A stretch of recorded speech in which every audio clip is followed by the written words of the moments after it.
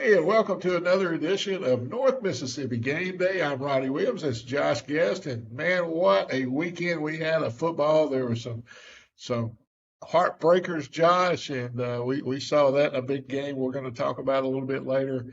But man, it was a fun weekend if you love high school football. It was Ronnie, and like I said, like you said, we're gonna talk about it. But man, uh, what a way to end it there too, with that 7A game at the end. It's speaking of heartbreakers for the North team anyway. Yeah, yeah. I think you and I both. I think we went real heavy on the North. We went all North games. We picked all North winners. And I think we went 3-4. I think we wound up winning three games for the North. But man, it was. I was sitting there watching that game, and I knew it was over. And then all of a sudden, you're just like, wow, Yeah, it's you it's know. crazy, crazy, crazy. But it was a lot of good football that played, and a lot of the teams that we've been talking about all year showed up, and a couple of them didn't. But Yeah, that's right. That's right. man, it was a lot of fun. And football season, other than a few All-Star games, now football season's over. Yeah, yeah. We're headed into Christmas time and New Year's, and kids going home for the break all over the state, and uh, us too because we work in education. So I'm getting ready for that too. Kind of looking forward to that little break. We just got one. It seemed like with Thanksgiving, and now we're That's going right. to get a couple of weeks. But it'll be nice to kind of recharge the batteries, and then you come back, and we're going to be right in the middle of basketball season, right in the middle of soccer season. Baseball, softball will be cranking up. A lot of other sports are going to be going on that we'll be talking a lot about. But we're gonna stay with football with this episode. We'll just kind of jump into it right now. All right. So the 1A game, uh, right? 1A was Calhoun City and Simmons, right? And Right. after the first quarter, that game was knotted at 8.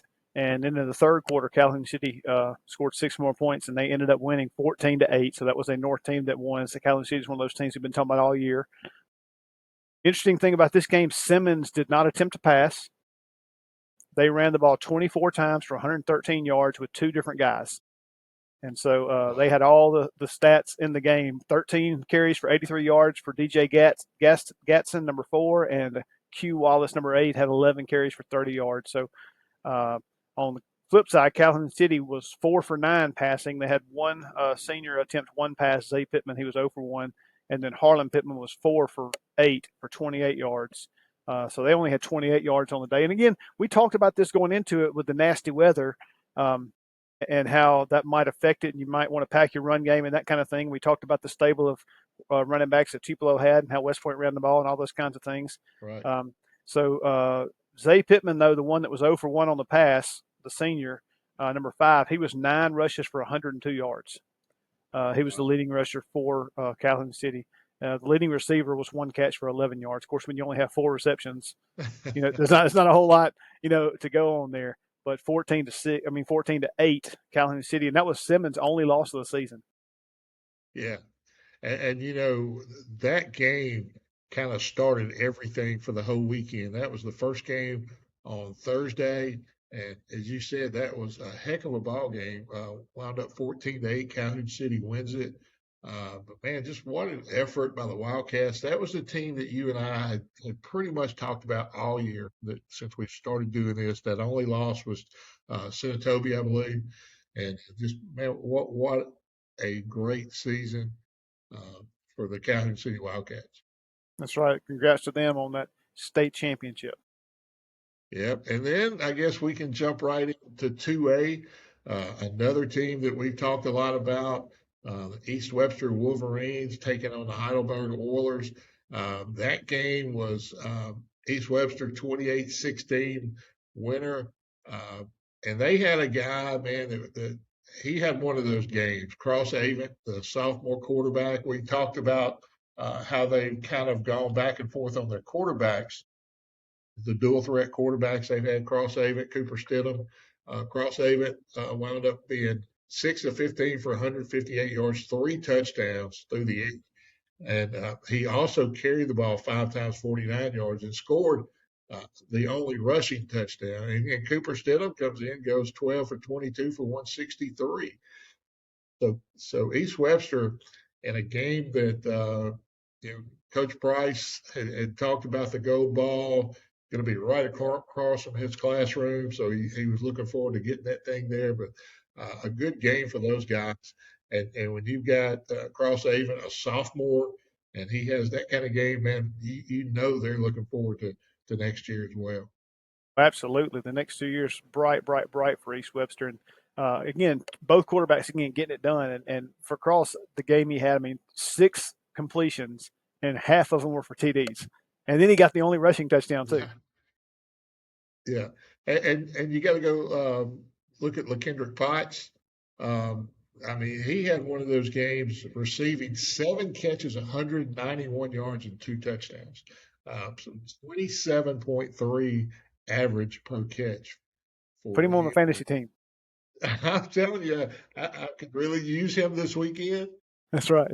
Playoffs starting in fantasy, but what a game! And just congratulations, Coach Price, for getting that first elusive state championship, and East Webster for picking up that one. But a 28-16 win, and it was just one of those kind of days for East Webster where it seemed like everything they did went right. Yeah. Well, I mean, when you got 2 guys slinging the rock like that, a lot of times things go right for you. So, and even look, even in the bad weather, I mean, they rolled it up. That's Yeah, over 300 yeah. yards between the two of them, right? 150 something and 160 something. Yeah, it's Um, 321. So yeah, that went up 18 of 37, 321s, 3 touchdowns, 1 interception. The interception was Cross Havens. So combined, they come out with a quarterback rating of 94.5. So not too shabby. And Chase Kraft, you got to give it to the Heidelberg quarterback. He was 19 of 26 for 183. He did have an interception. But the ground game that Heidelberg likes to use, East Western defense showed up to what they limited them to 113 yards of 28 carries. wow. Yeah, it's just one of those kind of things where the defense showed up for East Webster. But man, congrats to the Wolverines on getting Coach Price's first state championship. Yes, congrats, East Webster. Look at that. And then the next one is Noxubee. Yeah, Noxubee County. They fell behind 12-0 in the first quarter to the Raleigh Lions and scored 6 in the third quarter, but could not quite make the comeback happen. But Noxubee County, they had Jakeem Goodwin was 8 for 14 for 113 yards through the air. And then they had another quarterback, a senior, he's a junior, Jaden Taylor, who was 1 for 8 for 11 yards. Their leading rusher, 24 carries for 78 yards. And then they had Jaden Taylor, the 1 for 8 passer, was 19 for 81 yards. So they had 2 guys right around 80 yards in that game. But on the other side, Deuce Carter was 1 for 1 passing, and McCollum was 0 for 3. So Raleigh only attempted 4 passes in the game, won 12 to Yeah. 6. The leading rusher there was Jalen Owens. He had 8 rushes for 83, average of 10.4. You had another guy, Tyler Jones, who a sophomore, 9 rushes for 69 yards. So they kind of led the way on the ground. There was 233 rushing yards for Raleigh on the night and only 8 passing yards, but they still got it done. Did the Raleigh Lions for the state championship there. And so just looking around here at some of the other numbers on here, they don't have any defensive stats. I was going to see if they had anything there, but I didn't see any on that here on this max preps. I know watching the end of that game, Noxubee had the ball at the 6 yard line with one play left. And I don't know which quarterback it was for Knoxville, but he took the snap and tried to just kind of run around the end, and he fell down, slipped because the ground was wet from the night before. The turf wasn't very great down there at Starkville. I mean, it was chewed up by the time Knoxville got to play, but they were stopped at the 6 yard line going in and could have tied the game, possibly kicked the extra point for the win. But Knoxville's one of those teams, Josh, we talk about every year that's down there. Yep. Yeah, they'll be back for sure, and maybe get another shot at a state championship in the next few years, maybe even next year. Who knows? Yeah, it's kind of one of those teams that we always talk about um, with Knoxville. I know we talked about them being them and Clarksdale and Lafayette back in the early to mid 2000s, where it was like 8 or 9 years in a row, it was one of those two teams playing. But Coach Casey Orr, he'll be back, and Knoxville will be looking for another state championship. Yeah, they will. And then you got Kosciuszko, the Whippets, man. Another game that you just knew Kosciuszko was going to come in and run this one. Unfortunately, they come up on the losing end of Columbia Wildcats 6-0. It was just a great game. Caden Wade, the quarterback, 6 of 13 for 47 yards. C.J. Sandiford, junior running back for the Whippets, 14 carries, 57 yards. And I think they had 49 yards passing, 72 yards rushing. And the ground game is what won it for Columbia. They had 191 yards rushing with three different guys on 44 carries. And Trey Lewis picked up their only touchdown of the game. And that was a 6-0 win for Columbia. And I believe they went undefeated on the year in that game. So it was just a tough loss for those guys. Well, wasn't that a late touchdown as well? I think it was. I mean, like seconds left on the clock, under a minute, right? Yeah, that's one of the games I did not get to watch. So I can't really talk a whole lot about it. I'm just looking at stats, but yeah, I didn't get to watch that one. Yeah, I think it was pretty late in the game, but I'm sure somebody will correct me if I'm wrong there. But I'm pretty sure it was. I mean, 12, 15 seconds left in the game when he scored that, but I could be wrong on that. So Columbia, yeah, they went 15-0 on the season. Whippet's going to finish 13-2. Man, just what a fun day of football for those guys. You hate to see it, but Columbia picked up that third state championship, first since 2021. yeah, Ronnie, you talked about it earlier. We went heavy and picked all the North teams, and I even said it when we did it that it was more likely to be 4-3, 3-4, something like that, Yeah. and it ended up being 3-4 for the North. Yeah. So, Well, well, the game that we just knew who was going to win that one, it didn't turn out that way. no, it did not, and I owe Brookhaven an apology. I said Old Brook was going to be Old Broke, and what they did was they broke West Point's streak of winning this year, and they won that game 31-19. That game was 19-10 at the half. West Point led. Yeah. Now I don't know who got injured, but I was told that West Point had a pretty serious injury in the game, and so hopefully the young man is all right. But I wish I had more details on that, but 21 unanswered in the third quarter from Brookhaven. And they hold on and beat West Point. Brookhaven's quarterback, Jaden Allen, only one attempting to pass, is 7 for 13 for 108 yards and a touchdown. And then rushing, Caden Quarles, number 7, 20 rushes for 138 yards and a touchdown. 6.9 average, and you had Jaden Allen, the quarterback, rushed 13 times for 60 yards. You had a couple of the guys pitch in a carry there, but for West Point, we saw Colt Whitaker earlier this year. Yep. He was 2 for 9 for 34 yards with a TD and a pick. Q Thompson was 1 for 3, 57 yards. At one completion was a 57-yarder, touchdown and an interception. West Point was 3 for 12 throwing the ball for 91 yards. Rushing, though, Q Thompson had 18 carries for 112 yards. Lanham had 8 carries for 43 yards, and then Whitaker 3 for 27 and a couple of carries by a couple other guys. So West Point had 190 yards rushing with 31 totes, but they did not get it done as Old Brook, Brookhaven, the Panthers, won that game 31-19, and they were excited when that game ended because we talked about it. West Point was kind of that immovable force, and Brookhaven knew what. I mean, obviously, they believe they can win. They go down there and play, but they had to know what they were up against, and it felt like they had a lot of relief wash over them when they ended the game with more points than West Point for sure. To be excited to win that state championship against such a solid team. Oh yeah, and Brookhaven kind of got a little revenge for that 2010 loss in the state championship with West Point beating them 21-3. So they pick up their second state championship of all time. Coach Brett Morgan, in his second season, had won the state championship last year at West Point. They did not get that 14th state championship, but that was their 10th state championship game in a row to play in. And man, it's West Point's one of those teams that I know they're losing Whitaker and Thompson, both seniors are going to be gone, but they don't rebuild; they just reload. They do, and they'll be rolling again and have as just as good a chance as anybody to get right back to the state championship for an 11th time in a row next year. Yeah, so we'll get to see them next year, and I think we'll see them here at Lafayette next year. So they'll come rolling in to town on that one.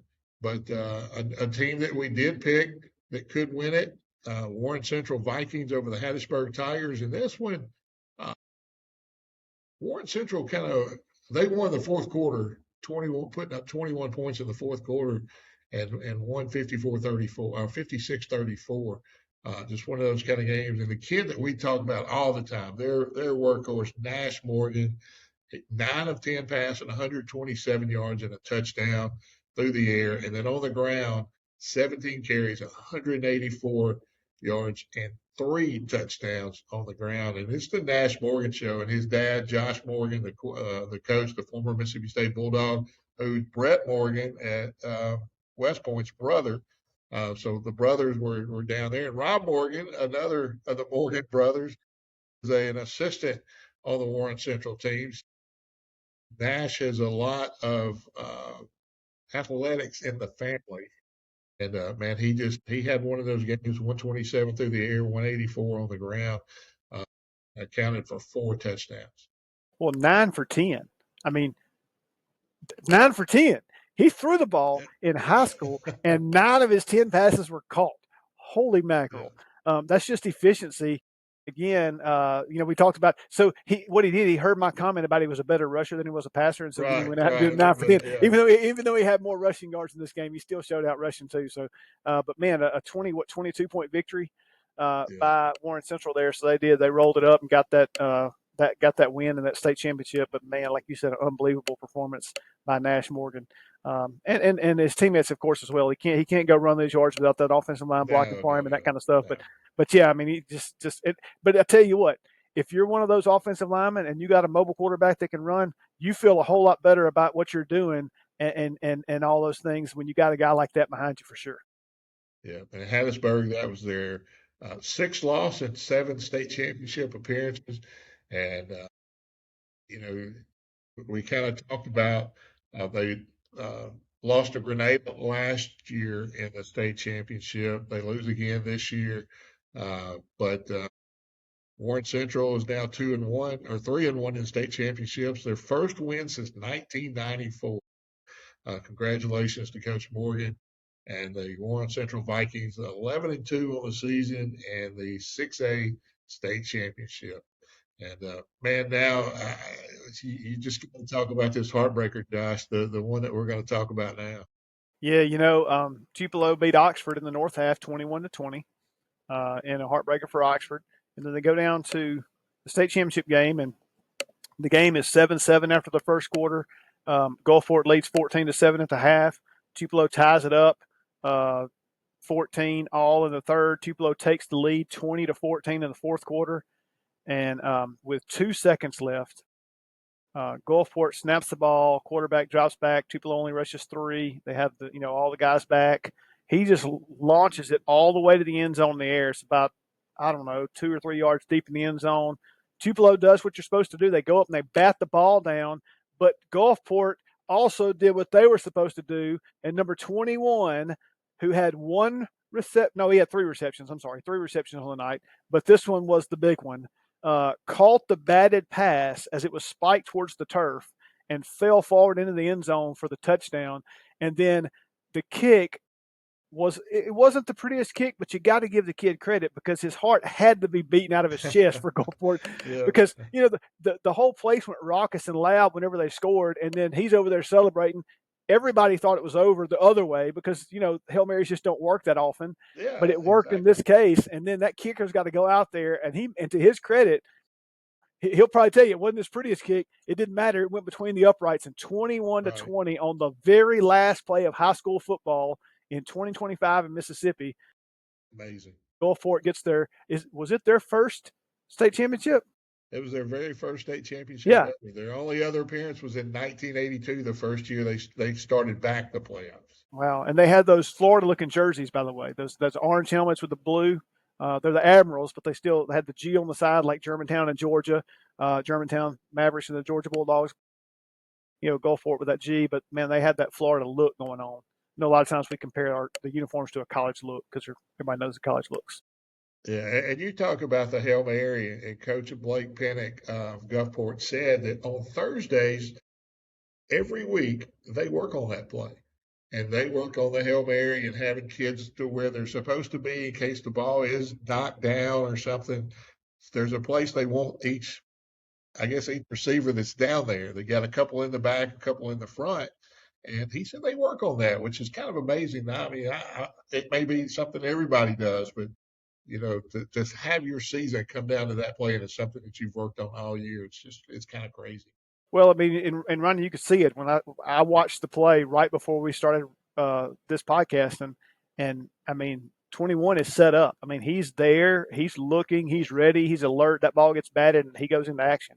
So, great job on his part. And I mean, Yeah. he'll remember that play for the rest of his life, and so will Oh, no everybody in doubt. Gulfport. There'll be people. He'll be 40, and people will be talking about that catch for their first That's ever right. state championship. And they were Yeah. there. They saw it. They saw it happen. They were part of the Yeah. crowd that roared. It'll be like the Ole Miss Notre Dame game back in like '77. There'll be 250,000 people there. That's right. That's right. If everybody that actually said they went was there. But yeah, I mean, what a way to end the high school football season. That was the first ever meeting between those two teams, and now Tupelo, having come off the big win in 2024, now drops to 2-5 and state championships all the time. Well, and Ronnie, just to give a little shout out here, Parker Nettles, the quarterback, 11 of 19 for 220 for Gulfport. Cooper Crosby, 26 totes for 166 yards and 2 touchdowns. Cooper's the only one that carried the ball, other than Parker Nettles had 3 registered rushes for -7. Those are probably sacks or scrambles. Tupelo only attempted 6 passes, 2 for 6, 43 yards was B. Williams. Jaden Hill, 27 for a $133 and 2 touchdowns on the ground. And then Kylan Bobo was 9 for 54 with a touchdown. So, those two guys, the bulk of that, 209 yards rushing for Tupelo, 159 for Gulfport. But the big difference was 220 yards passing in the touchdown from Nettles versus 43 yards in the air for Tupelo. Of course, we knew Tupelo was not going to air it out much. They were Right. going to rely on those running backs. Yeah, we talked about that earlier in last week's show. We talked about that. And Cooper Crosby, the kid from Gulfport, the running back, he came into this game with almost 1,700 yards rushing and 32 touchdowns on the season. He had done 800-yard rushing games. So you kind of had to keep your eye on him. It's just a matter of trying to contain him, and Tupelo defense, man, had a hard time with that. Yeah, and I didn't mean to leave. Javius Hales, the junior wide receiver, number 4, had 5 receptions for 97 yards and 19.4 average and a long of 42. So he led the way through the air for Gulfport as far as catching the ball. Yeah, and a lot of times, we talk about the offensive stats because we don't get a lot of defensive stats, and so I was just kind of looking up some of the defensive players from the North Half that played in state championship games, and Trey Bell from West Point, linebacker, had 7 tackles, 2 fumbles, recovered 1 for a touchdown. Trey Brewer from Tupelo, 6 tackles, a sack. Quarterback Hurry. Prentice Cook from East Webster had 11 tackles, 1.5 sacks, a forced fumble, a pass breakup, and he also had a catch on offense. One of those kids that played both ways. Uh, Ian Crowley from East Webster, 10 tackles. Now Farmer, County City, had 7 tackles, 2 forced fumbles, 1 fumble recovery. Just kind of going through the list here. Javante Harvey, 8 tackles, 2 sacks. J.J. Hill well, he offense. We talked about him. Uh, Zay Pittman, talked about him offensively. He also had 2 tackles on defense. And we didn't really talk a lot about like Kendrick Potts, the wide receiver and defensive back at East Webster.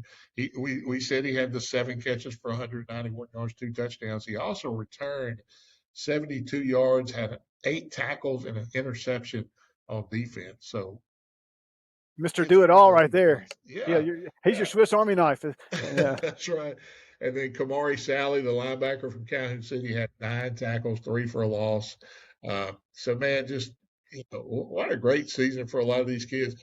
Quentin Thompson, the running back at West Point, uh, who you said attempted 3 passes, uh, he had an interception and a 51-yard kickoff return. So we've seen him this year. So we knew those guys were going to play some good ball. And take your hat off to all these teams, these state championship teams. Uh, you got Calhoun City, who just had a great year, and Simmons. You know, all these teams that won state championships. You just take your hat off to them. Uh, we kind of know what that feels like, having been parents of young men that won a state championship. And I talked to uh, one of the announcers the other day and we're going to try to get him on the podcast over the holidays. Attended a school that won it, and he got to call it. And he said, "Man," he says, "one of the greatest feelings ever." And I'm like, "Yeah, you get emotional, because I got very emotional, and it's just how it is when you're doing, you know, a game like that you've got tied to. Uh, it was a lot of fun getting to listen to some of these guys and hear the calls when they put them back on Twitter this year. Oh yeah, absolutely, absolutely, and again, just so many close games. Getting stopped at the 6 yard line, or winning on the last play, or maybe scoring with 12 seconds left, or whatever, or having a 21 point fourth quarter or second Oh half yeah, on a yeah. team. Unanswered points or something, and just getting it done that way. So just a lot of good football, a lot of exciting football, and a lot of good performances. Yeah, and so now we're going into the Christmas break. We're going to take a few weeks off. We'll be back probably mid-January. I don't even know what the date is. We got calendars all over in here. They're all on December. Uh, then we come back, and it's going to be right in the, as we said, right in the middle of basketball season. Boys and girls basketball, boys and girls soccer is going on. There's a lot of other stuff going on, and we're going to be able to talk about it as well. And I know we've been football heavy the last few weeks because that's kind of been the main thing, is getting through the playoffs and the state championship. We'll do the same thing for basketball, same thing for soccer. Once those seasons come rolling in. That's right. That's right. And I mean, celebrate all those kids. It's like you said, we told our kids, nobody can ever take it away from you. So all these No. teams that won state championships, that's always theirs, always theirs. Yeah. So just kind of looking at what's coming up, as we said, baseball, soccer is going on right now. Bowling will have their state championship coming up. I believe I'm trying to look February or January 28th.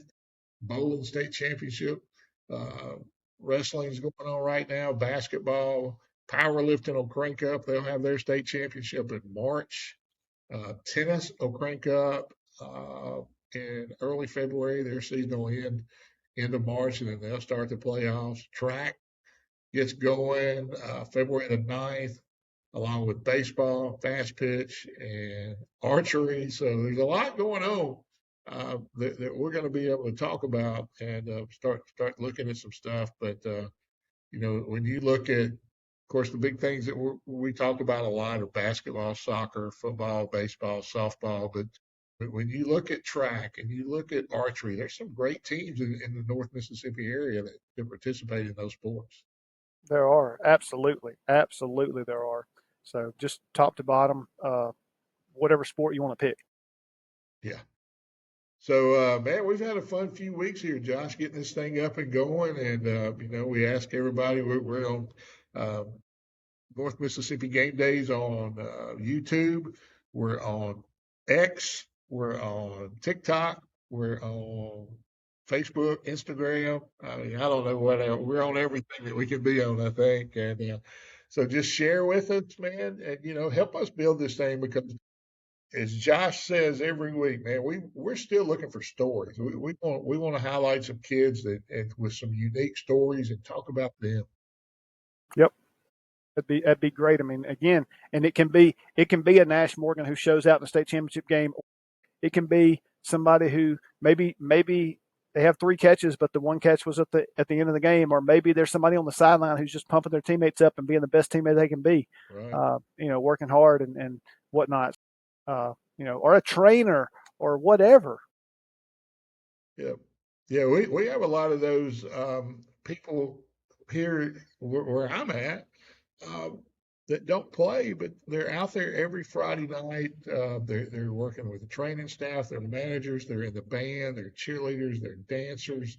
I mean, we've got a media group here that's second to none. So a lot of those people we want to feature. And it doesn't have to be the athletes. I mean, yeah, those are good, and that's what a lot of people are going to tune in to see. But they're going to tune in to see the unique stories as well. Absolutely, absolutely. You talked about our media group, and we got some absolutely fantastic young people that work with that group. Some of them the sponsor can send them with the equipment, and they can completely produce the whole thing for an away game by themselves because we've seen it happen. A So hundred times, man. They do such a great job. And it's funny. You and I went to Corinth last year, and so we were going to do the live stream, and they sent the equipment with us. And man, I'm like, dude, you got to hurry up and get here. I don't know how to hook this stuff up, man.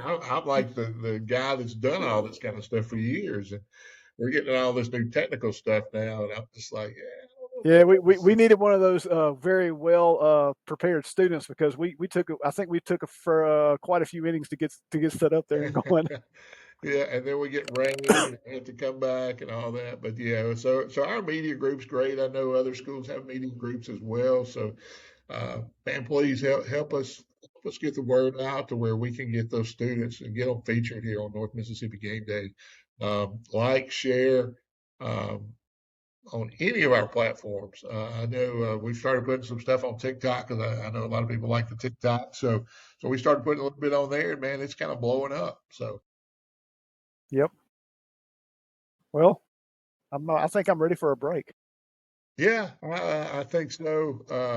Kind of recharge the batteries, and of course, you and I are we're going to keep doing this. But our season's coming up that we love to follow. Our sons are on the defending 5A state championship Lafayette Commodore baseball team, and I think we can rank up February the 9th. We'll have a weekend there, and then we'll be on the coast. We'll be down in Jackson playing. So Coach Walker looking to repeat. He has scheduled a lot of tough teams this Yeah, I think we have a 5 or 6 game stretch of all 7A teams at one point. So, just step on up, big boys. Let's see what you got. year. And of course, we had Coach Walker on, and that video's on TikTok. That video's on YouTube and Twitter or X as well. So you can go back and kind of watch that and see what Coach Walker had to say. One of the things he did say is he likes to step up and play the tougher teams because it makes us better. And but every team's like that. Everybody wants to play the better competition and get better, not just Lafayette. I mean, everybody's looking to take that next step. And it's a lot of fun being the hunter. Yeah, But well, man, it gets what tougher. one of my favorite things that he said in that video was when I asked him about bunting and if they were bunting, for moving runners or whatever. And he goes, "Oh Right, no, make no right. mistake. Anytime we're trying to get a hit, even if we're bunting, we're trying That's to get a right. hit." So That's right. So, but yeah, so it's been a fun fall for us getting this going. Josh and I, as a lot of people know, we do the radio for Lafayette football, and then we'll have some select baseball games that we're going to do as well. Josh will be on just about every call with the Commodore Media Group. I'll do the PA at home games, and then we'll be joining him on the road. And so I'm looking forward to that. But yeah, like you said, it's time to charge the batteries a little bit right now. Take a couple of weeks off. that's right. That's right. So enjoy this holiday season for sure. Christmas and New That's Year's. right. That's right. So, hey, we want to thank everybody for joining us. Give us that thumbs up, like us and share and subscribe to our podcast, the North Mississippi Game Day podcast here. And we can't do it without Charter Road Hospitality.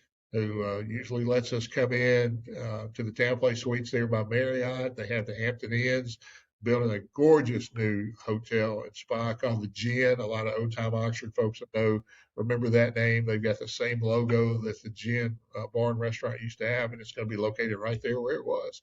And so we really thank them, thank Domino's Pizza for helping us out all year and giving us our Domino's Pizza Players of the Week, for feeding you and I during this That's thing. right. They really take care of us and give us some pizza. And I think Brett and Diane, they've been with me since the mid '80s.